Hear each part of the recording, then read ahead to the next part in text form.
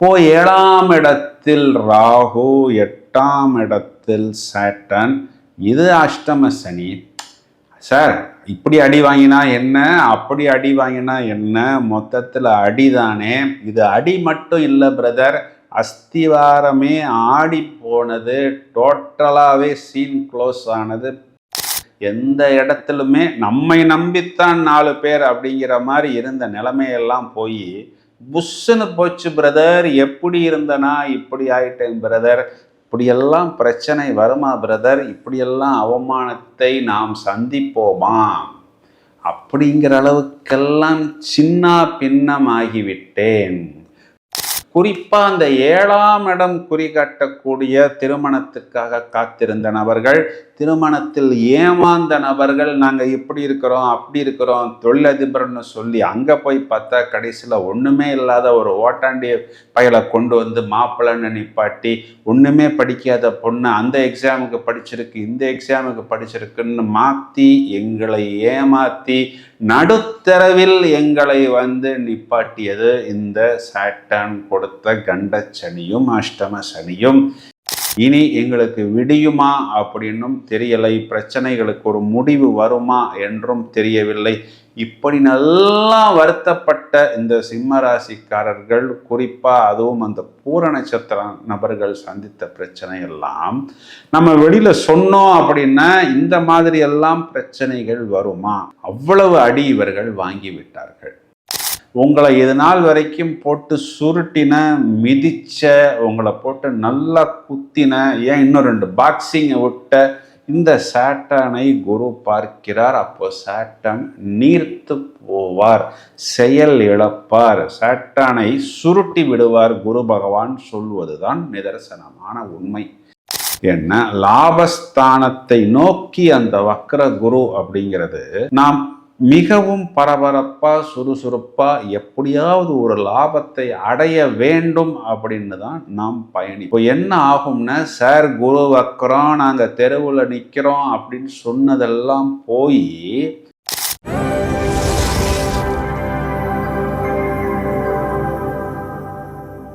Hi friends, வருட கடைசி. இந்த வருட கடைசியிலேயாவது பொதுவாக நமக்கு ஏதாவது ஒரு குட் நியூஸ் கிடைக்காதா அப்படின்னு நீங்கள் எல்லாம் ஆவலுடன் எதிர்பார்த்து காத்து கொண்டிருப்பது எனக்கு நன்றாக புரிகிறது.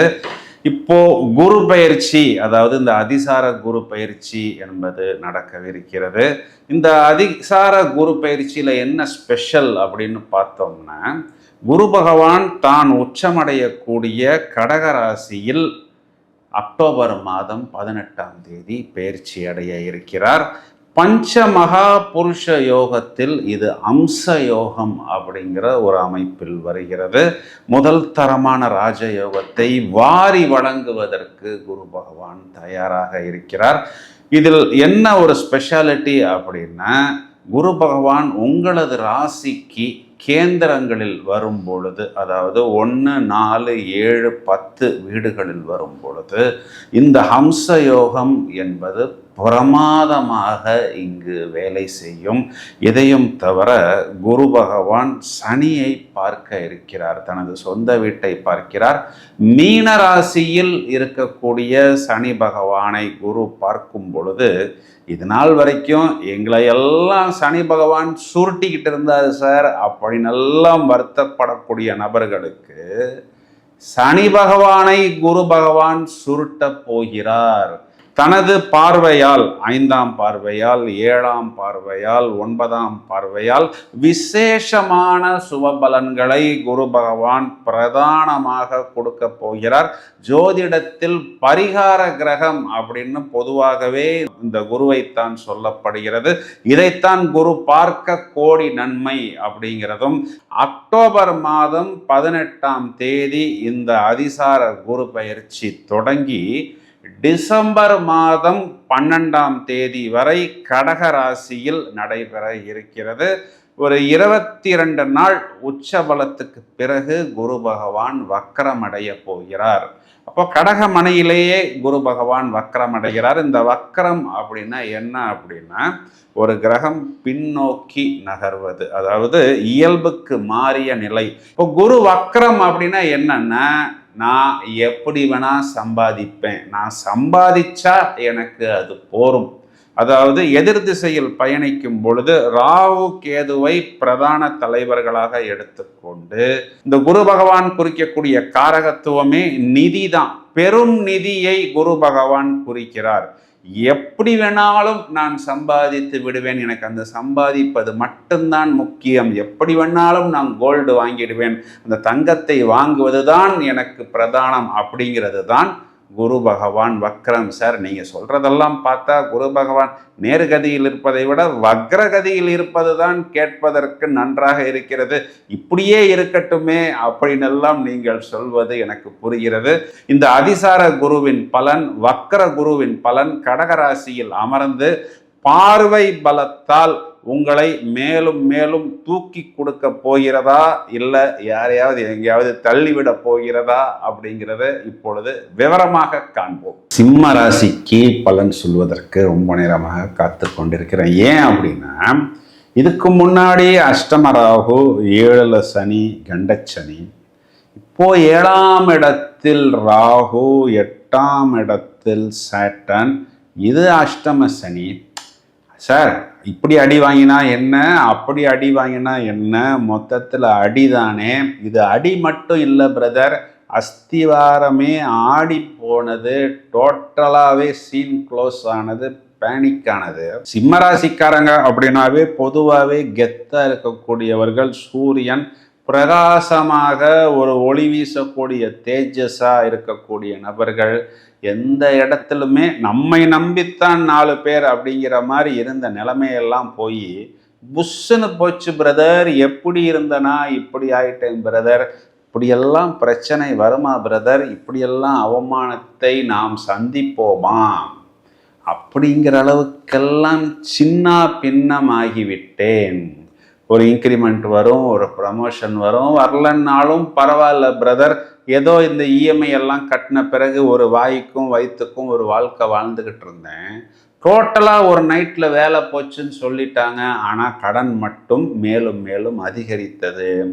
குடும்பம் ஒரு பக்கம், ஃபீஸ் கட்ட முடியவில்லை ஒரு பக்கம், இந்த ஸ்கூலில் தான் படிக்கணும்னு சொந்த வீட்டை அந்த பக்கம் வாடகைக்கு விட்டு இந்த பக்கம் வந்து என்னால் வாடகையும் கொடுக்க முடியவில்லை, சொந்த வீட்டில் அந்த பக்கத்தில் இருக்கிற நபர்களும் வாடகையை கொடுக்க மாட்டேங்கிறாங்க, அதுக்கும் இஎம்ஐ, இந்த மாதிரி பிரச்சனைன்னு நம்ம அடுக்கிக்கிட்டே போனால் நிறைய இடத்துல வம்பு வழக்கு, கோர்ட்டு கேஸு, அட்வொகேட்டு, எதுக்கு போய் நிற்கிறோம்னு நமக்கே தெரியாமல், குறிப்பாக அந்த 7ஆம் இடம் குறிகாட்டக்கூடிய திருமணத்துக்காக காத்திருந்த நபர்கள், திருமணத்தில் ஏமாந்த நபர்கள், நாங்கள் இப்படி இருக்கிறோம் அப்படி இருக்கிறோம் தொழிலதிபர்னு சொல்லி அங்கே போய் பார்த்தா கடைசியில் ஒன்றுமே இல்லாத ஒரு ஓட்டாண்டிய பயலை கொண்டு வந்து மாப்பிள்ளைன்னு நிப்பாட்டி, ஒன்றுமே படிக்காத பொண்ணு அந்த எக்ஸாமுக்கு படிச்சிருக்கு இந்த எக்ஸாமுக்கு படிச்சிருக்குன்னு மாற்றி எங்களை ஏமாற்றி நடுத்தரவில் எங்களை வந்து நிப்பாட்டியது இந்த சாட்டர்ன் கொடுத்த கண்டச்சனியும் அஷ்டம சனியும்.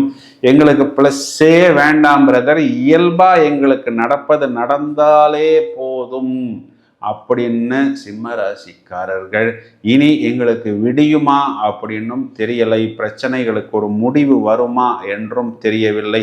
இப்படி நல்லா வருத்தப்பட்ட இந்த சிம்ம ராசிக்காரர்கள், குறிப்பாக அதுவும் அந்த பூர நட்சத்திர நபர்கள் சந்தித்த பிரச்சனை எல்லாம் நம்ம வெளியில சொன்னோம் அப்படின்னா இந்த மாதிரி எல்லாம் பிரச்சனைகள் வருமா?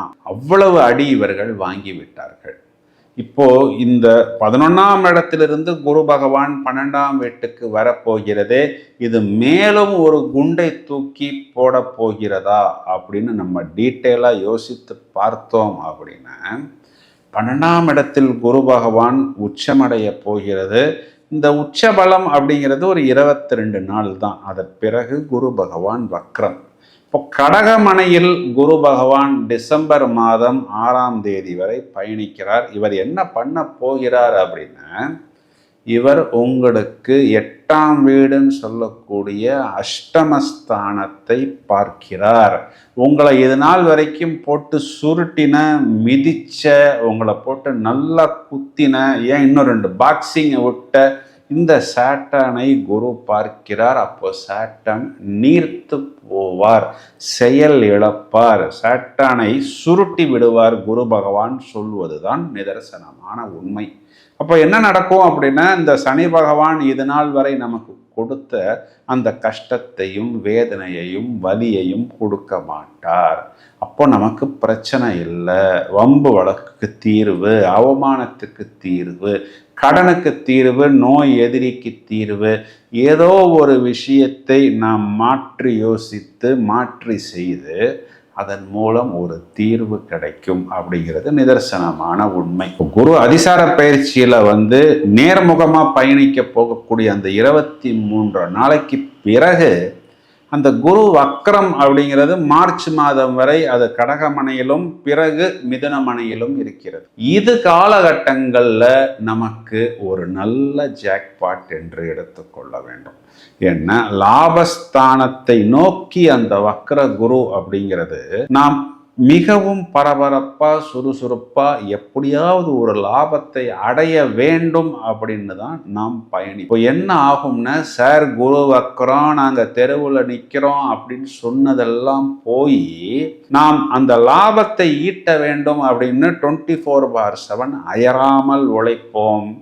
அதன் மூலம் முதல்ல நமக்கு 5ஆம் வீடு அப்படின்னு சொல்லக்கூடிய காரகத்துவம் குழந்தைகள் சம்பந்தப்பட்ட விஷயத்தில் ஒரு மேன்மை, ஒரு அபிவிருத்தி, ஒரு திருப்தி, ஒரு பூரண நிம்மதியை நாம் அடைந்து விடுவோம்.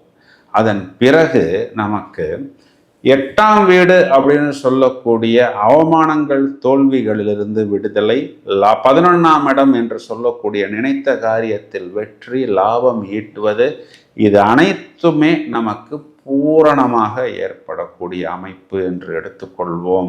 அதாவது எப்படியாவது நான் அந்த லாபத்தை சம்பாதித்து விட வேண்டும் அப்படிங்கிற இந்த வெறித்தனம் அப்படின்னு சொல்றோம் பார்த்தீங்களா, அதற்கேற்றார் போல் நாமும் இயங்குவோம், அந்த லாபத்தை ஈட்டுவோம், பிரச்சனைகளை தீர்த்து விடுவோம் அப்படின்னு சொல்வது கண்டிப்பாக சிம்ம ராசிக்கு நடக்கும். சார், நீங்கள் சொல்வதெல்லாம் கேட்பதற்கு நன்றாகத்தான் இருக்கிறது. 7ஆம் இடத்தில் இருக்கக்கூடிய ராகுவிற்கு குரு பார்வை மிஸ்ஸிங்.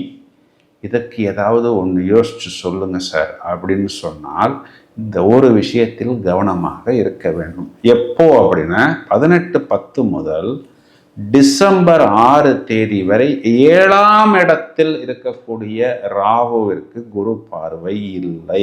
இப்போ ராகு என்ன பண்ணுவார் அப்படின்னா, தலை விரித்து ஆடுவார். இப்போ 7ஆம் இடம் குறிகாட்டக்கூடிய இது காலகட்டங்களில் வரக்கூடிய வரன்கள், பிஸ்னஸ் பார்ட்னர், திருமணம் ஆகியிருந்தால் லைஃப் பார்ட்னர், இது சம்பந்தப்பட்ட விஷயங்கள்ல கசப்பான அனுபவங்கள் வராமல் இருப்பதற்கு, திருமணம் ஆகியிருந்தால் நம்ம என்ன பண்ணணும், ஆதிவாசி அடக்கிவாசின்னு வாயை திறக்காமல் இந்த காதில் கேட்டுட்டு இந்த காதில் விட்டுட்டு போயிடுறது புத்திசாலித்தனம். வரக்கூடிய வரன்களாக இருந்தால் நம்ம அப்புறம் பார்த்துக்கலாம், எங்கள் மேலே தப்பு சொல்லிதுங்க. ஜோதிடர்கள் பொருத்தம் பார்த்து கொடுக்க மாட்டேங்கிறாங்க, புரட்டாசிக்கு பிறகு பார்த்துக்கலான்னு சொல்கிறாங்கன்னு சொல்லி கொஞ்ச நாட்கள் தள்ளி போடுவது நமக்கு புத்திசாலித்தனம். 7ஆம் இடம் குறிக்கக்கூடிய அடிவயிறு, கழிவுகள் வெளியாகக்கூடிய இடத்துல ஏதாவது ஒரு சின்ன பிரச்சனை அப்படின்னு எடுத்துருச்சுன்னா அந்த பிரச்சனையை இம்மீடியட்டாக மருத்துவரின் உதவியுடன் தீர்த்து விடுவது, வெளிநாட்டு தொடர்பு, பிஸ்னஸ் பார்ட்னர்ஷிப் நம்பி இந்த காலகட்டங்களில் நாம் ஏறாமல் இருப்பது புத்திசாலித்தனம். பிரமாதமான ப்ளஸ் பாயிண்ட்னா, இந்த பக்கத்தில் விருச்சிகத்தில் ஆட்சியில் இருக்கக்கூடிய செவ்வாயை உச்சகுரு பார்ப்பது, சுகஸ்தானத்தை உங்களுக்கு பார்ப்பது ஒரு பெரிய ப்ளஸ் பாயிண்ட். 8ஆம் இடத்தை குரு பார்ப்பதும் கூட இந்த 4-8ங்கிறதும் 8ஆம் இடம்ங்கிறது 4ஆம் இடத்துக்கு திரிகோணம்ங்கிறது, அதுவும் மறைமுகமான சுகஸ்தானத்தில் வரக்கூடியது. அது என்ன சார் மறைமுகம் அப்படின்னா, திடீர் வருமானம், திடீர் லாபத்தை கொடுக்கக்கூடியது. இடம் பூமி சம்பந்தப்பட்ட விஷயங்கள்ல எங்கெல்லாம் பாதியில் நீக்கிதோ அதெல்லாம் பூரணமாக முழுவதுமாக பூர்த்தி அடையும். வாடகைக்கு ஆள் வரலன்னு வருத்தப்படக்கூடிய நபர்களுக்கு டெனன்ட் வருவார்கள். அதன் மூலம் அபிவிருத்தி, சோஷியல் ஸ்டேட்டஸ் டெவலப் ஆவது, இம்ப்ரூவ்மெண்ட் ஆவது, அவமானத்துக்கு தீர்வு போன்ற அனைத்து விஷயங்களையும் சிம்ம ராசிக்காரர்கள் கண்டிப்பாக அனுபவிப்பார்கள்னு சொல்வதுதான் நிதர்சனமான உண்மை. பரிகாரம் அப்படின்னு எடுத்துக்கிட்டோம்னா, வியாழக்கிழமைகளில் குரு பகவான் வழிபாடு, தட்சிணாமூர்த்தி வழிபாடு, உங்கள் வீட்டுக்கு பக்கத்தில் இருக்கக்கூடிய எல்லா சிவன் கோயில்லையும் நவக்கிரகங்களில் கண்டிப்பாக குரு பகவான் இருப்பார். வாய்ப்பு கிடைத்தால் மகான்கள் வழிபாடு, சித்தர் வழிபாடு, ஜீவ சமாதி வழிபாடு மேலும் மேலும் உங்களுக்கு நல்ல ஒரு மேன்மையை ஏற்படுத்தி கொடுக்கும். இந்த பதிவை உங்களது நண்பர்களுக்கும் உறவினர்களுக்கும் ஷேர் செய்யுங்கள். தொடர்ந்து இணைப்பில் இருங்கள். இன்னும் நிறைய வீடியோஸ் தயாராகி கொண்டிருக்கிறது. Thank you friends.